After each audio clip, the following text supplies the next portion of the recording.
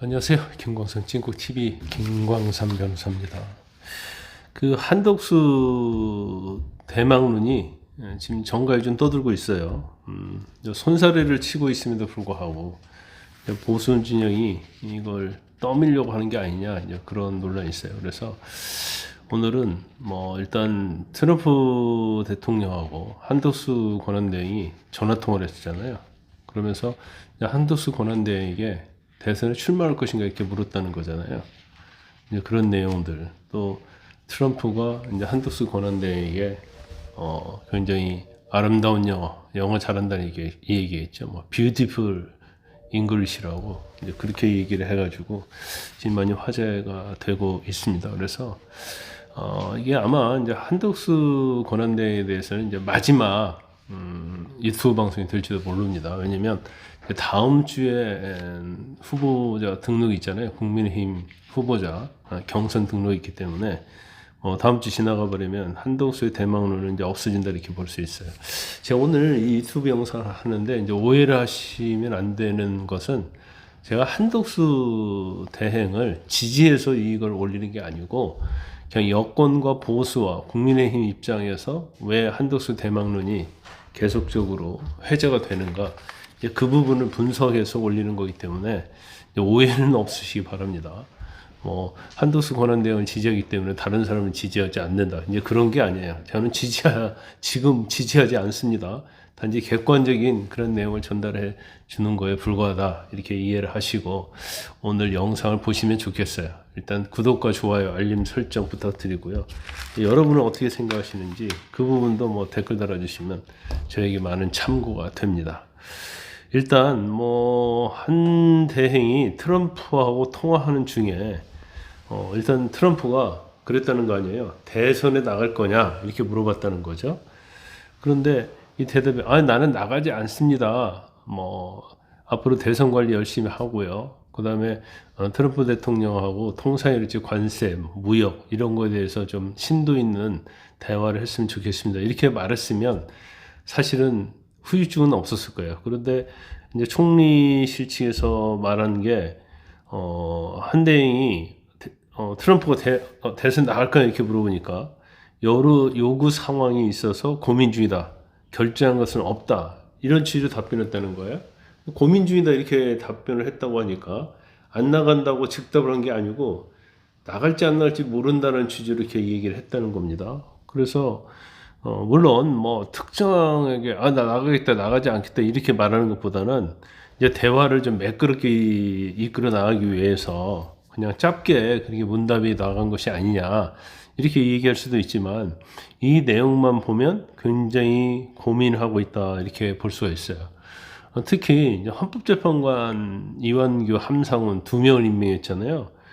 그런데 이 내용이 나오니까 어떻게 보면 보수에도 좀 힘을 실어주는, 국민의힘이 실어주는 그러한 헌법재판관 지명이었기 때문에 더 이제 대선을 차출해야 한다 이런 내용이 나가고 있는 거예요. 더군다나 이제 트럼프와 어떤 첫 통화가 화두가 되고 있다 보니까 굉장히 지금 일부에서는 추대하는 거 아니야 이런 얘기가 나온 것 같아요.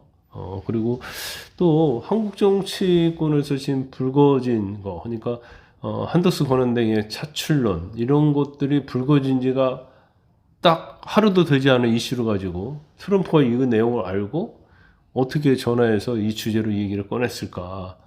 그만큼 트럼프는 국내 정치의 어떤 격변기를 굉장히 관심을 갖고 지켜보고 있다, 이렇게 우리가 해석할 수밖에 없는 것 같습니다. 그리고 당연히 트럼프 팀에서도 주요국의 큰 뉴스를 번역해 갖고 대부분 파악하고 있다고 그래요. 그래서 그렇기 때문에 상당히 즉시 파악을 하기 때문에 이제 시차가 없다는 거죠. 그래서 이런 내용을 즉시 물어봤고, 또 궁금했겠죠. 트럼프 입장에서는 차출론도 있다고 그런 내용을 보고받았을 거 아니에요. 그러면서 또 여기에다 더해서 당신의 영어는 beautiful하다, 굉장히 아름답다, 이 말은 영어를 굉장히 잘한다는 표현이라고 볼 수가 있겠죠. 그런데 이렇게 손사래를 한덕수 권한대행이 치는데도 불구하고 왜 보수 진영에서는 자꾸 이제 이런 얘기가 나올까, 대망론이 떠오르고 있을까, 그 이유를 한번 생각해 볼 수 있을 것 같아요. 일단은 뭐 한덕수 권한대행은 이전에는 뭐 잠룡으로도 꼽히지 않았잖아요. 그런데 지금 아마 이제 국민의힘 내부설할지 아마 보수층에서는 이재명하고 호각세를 이룰 만한 그런 인물이 정말 있느냐, 이제 이 부분에 대해서 한덕수 권한대행이 더 적합하다 그렇게 판단하신 분들이 좀 있는 것 같습니다. 그래서 이걸 좀 출마서에 불을 지펴서 좀 한덕수 권한대행을 경선에 나올 수 있도록 하는 게 어떻겠냐 그런 것 같아요. 그래서 이제 최근에 한덕수 권한대행을 언급하는 의원들이 굉장히 많아졌다는 거 아닙니까? 그리고서 뭐 지금 뭐 재판관 임명을 그러니까 뭐 소극적인 거에서 굉장히 적극적으로 나섰다. 이것은 이제 대선을 생각하고 그런 게 아니냐 이런 결부시킨 그런 뭐 정치인도 있는 것 같아요. 뭐 권선동 원내대표는 그 한대행 차출론 질문에 대해서 뭐 지도부로서는 언급이 적절치 않다 그런 얘기를 했어요. 근데 뭐 그 한대행이 후보로 적절하다고 보는 의원들이 상당히 많은 것 같다 이런 얘기를 했습니다. 뭐 저도 국민의힘 의원들 일부는 한덕수 권한대행이 후보로서 어떠냐 이제 그런 질문을 몇 번 받았어요. 그래서 뭐 여러 가지 측면에서 장점을 많이 가지는 후보다 이렇게 얘기를 한 적이 있습니다. 그런데 일단 뭐 그렇게 나오는 이유가 일단 한덕수 권한대행이 좀 약간 강단 있는 정치를 하고 있고 지금 트럼프의 관세 전쟁, 무역 전쟁과 관련해서는 뭐 통상 경제 전문가다. 그리고 상당히 이제 정치인으로서 내공이 깊다. 이런 것들이 작용을 하기 때문에 지금 시대적 흐름에 맞는 그런 정치 지도자가 아니냐. 그것 때문에 좀 차출론이 나오고 있는 것 같고 또 하나 보면 일단 호남 출신이에요. 전라북도 전주 출신이거든요. 그리고 노무현 정부 시절 때도 국무총리 지냈잖아요. 그리고 안정적이고 어떤 경제 통상 외교 이런데 뭐 이미지가 굉장히 이재명하고는 이제 대비가 되기 때문에 이재명 의원하고는 대비가 되기 때문에 이제 대선 주자들이 굉장히 높게 지금 평가하고 있는 것이 아닌가 싶습니다. 물론 부정적으로 보는 시각도 있습니다. 왜냐하면 이번 대선이 중도 확장의 관건인데 윤석열 정부의 2인자라고 할 수 있는 국무총리를 차출한 게 의미가 있느냐. 더군다나 대통령이 계엄으로 인해서 국정이 마비까지 됐는데 정부의 2인자가 왜 나서는 게 좋은 방법이냐. 이런 거에 대해서 뭐 비판적 시각도 상당히 있습니다. 그런데 일단 뭐 나올지 안 나올지 모르겠어요. 근데 안 나올 가능성이 저는 높다고 보는데 본인은 이제 뭐 명백하게 거부를 하고 있다고 이제 지인들을 통해서 알려져 있어요. 그런데 일단 뭐 한 대행이 지금 경선 차출을 위해서 넘어야 할 큰 산이 한 두 개가 있다고 봅니다. 첫 번째 가장 중요한 것은 이제 본인의 출마 의지가 되겠죠. 윤상현 의원이 출마를 제안했다는 거 아닙니까? 그랬는데 나는 전혀 생각해 본 적이 없다 하면서 이제 단호하게 거절을 했다는 거예요. 그리고 총리실 간부들을 만난 자리에서도 대선의 디귿자도 꺼내지 말라고 했다는 거 보니까 아마도 전혀 이제 마음이 없다 이렇게 볼 수 있고, 그 다음에 촉박한 시간 자체도 문제잖아요. 원칙적으로 경선에 참여하려고 하면 후보 등록 마감일까지 총리직을 사퇴해야 하거든요. 근데 후보 등록 마감일이 다음 주 아닙니까?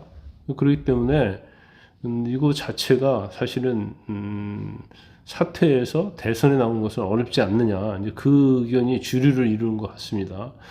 뭐 경우에 따라서는 뭐 국민의힘 일각에서는 박근혜 전 대통령 파면으로 조기 대선이 열렸었잖아요. 그때 그 당시에 황교안 특례 규정을 소화하는 사람들도 있어요. 그러니까 뭐 예비 경선을 거치지 않는 사람도 당 지도부 합의가 있으면 본경선에 바로 합류할 수 있도록 하는 그런 특례 규정을 만들었었거든요. 그 당시에. 그래서 그 당시에 또 황교안 권한대행이 굉장히 지지율이 가장 높았었습니다. 보수 후보 가운데. 그래서 좀 특례 조항을 좀 만들어서 영입을 해야 한다 그랬었는데, 결과적으로 뭐 이 특례 조항 만들었음에도 불구하고 사흘 만에 이제 황교안 대행이 그 당시 대선 불출마를 선언하면서 이게 완전히 무너지게 된 거죠. 이번도 뭐 그렇게 될 가능성이 크다. 또 황우여 선대위원장이 특별한 혜택은 없다. 이렇게 또 명시적으로 언론과 인터뷰를 했기 때문에 아마 한덕수 권한대에 대한 뭐 특례는 없을 걸로 보입니다. 또 경우에 따라서는 또 이런 얘기도 있더라고요. 일단 뭐 총리직을 수행하다가 5월 4일인가 그 이전에 아마 총리직을 그만둬야지 대선 나갈 거예요.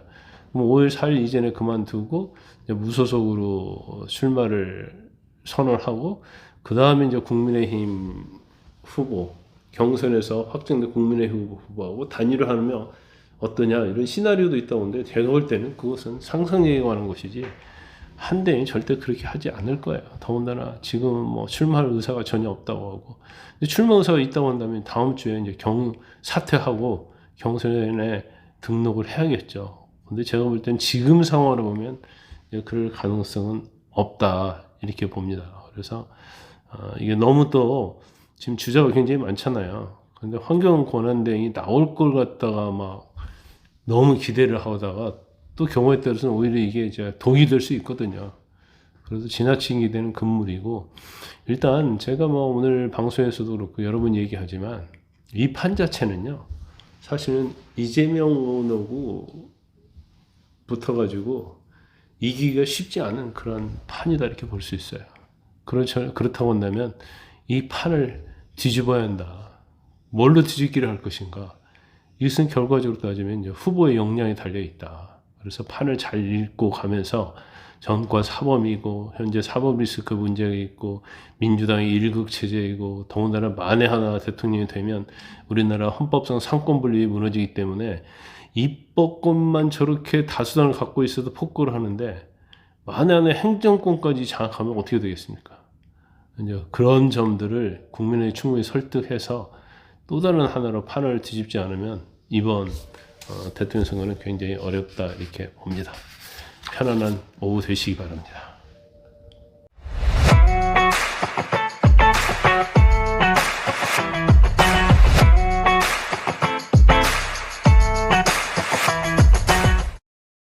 여러분의 구독과 좋아요는 큰 힘이 됩니다.